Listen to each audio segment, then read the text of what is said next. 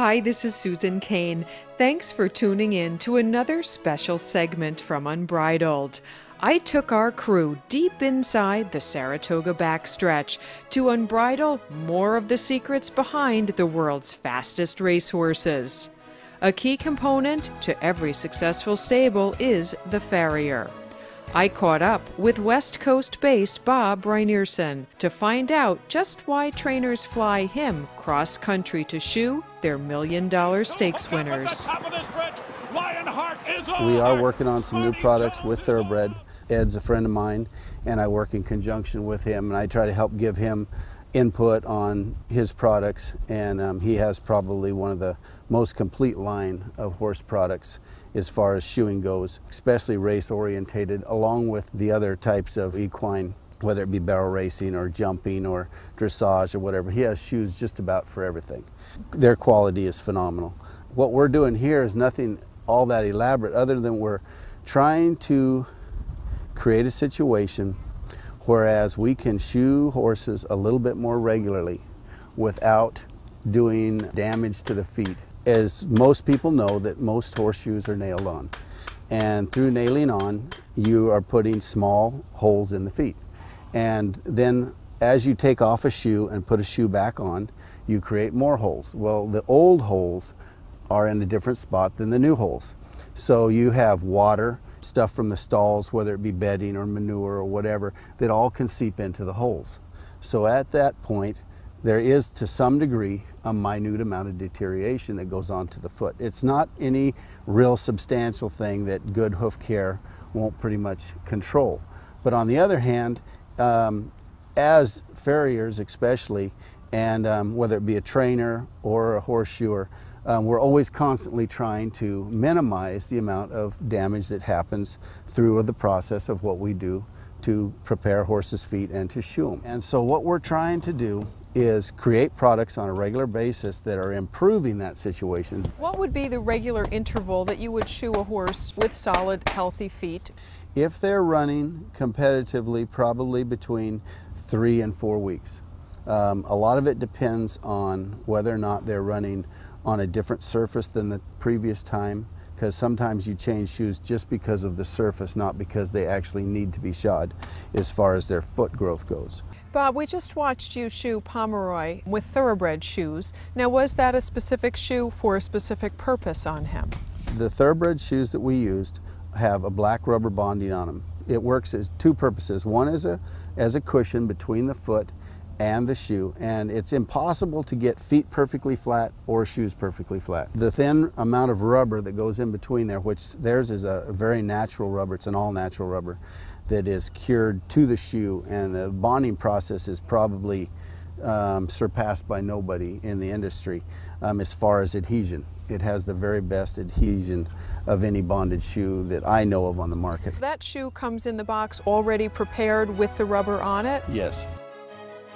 I've heard you use the phrase stickies. Okay. Can you expound on that? We have more than one gluing process.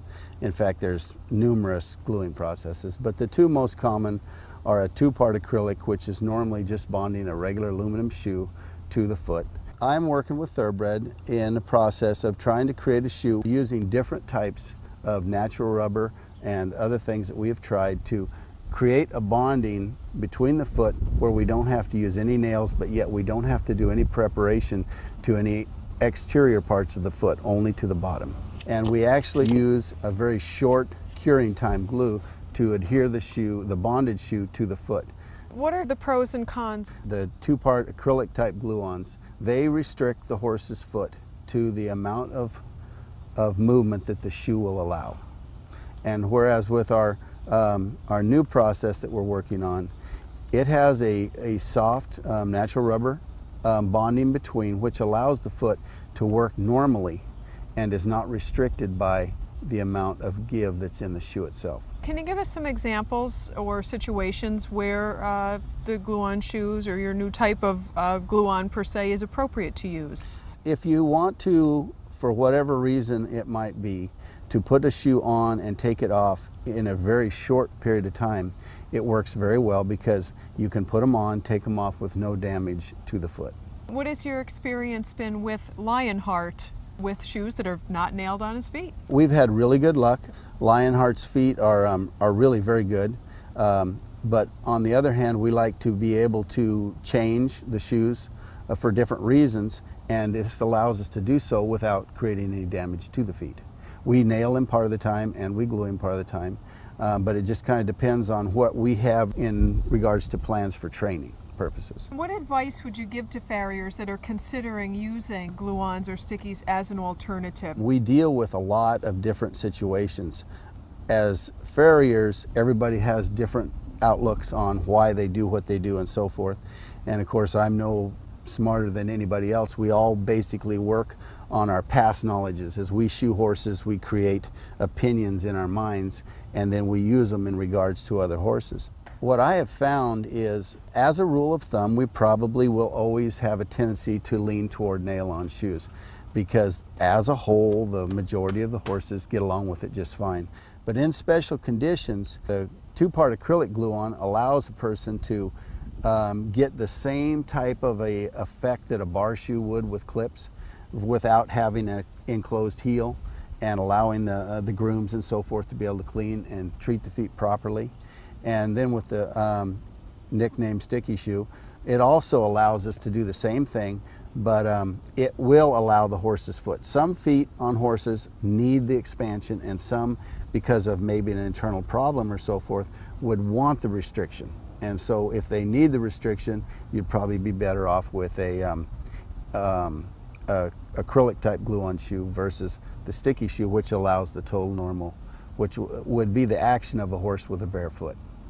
And as a farrier, what input would you like to hear from owners and trainers that would help you do your job more effectively? I would say that all information in any way, shape, or form, because we basically are taking whatever input we have and balancing it between what we've already learned over the years and make an intelligent decision. So what might seem as a non-important piece of information input could very well. So I would say anything, anything that in relationship to something that maybe the trainers noticed, maybe past history, like if an owner had a horse and then he sent it into a barn, it might be pertinent information if the farrier knew that the horse had had such and such a problem or circumstance somewhere in the past. Well, that's great. Thank you very much, Bob. I appreciate your time, and hopefully our viewers at home learned something new about shoeing horses from the exclusive farrier to Lionheart.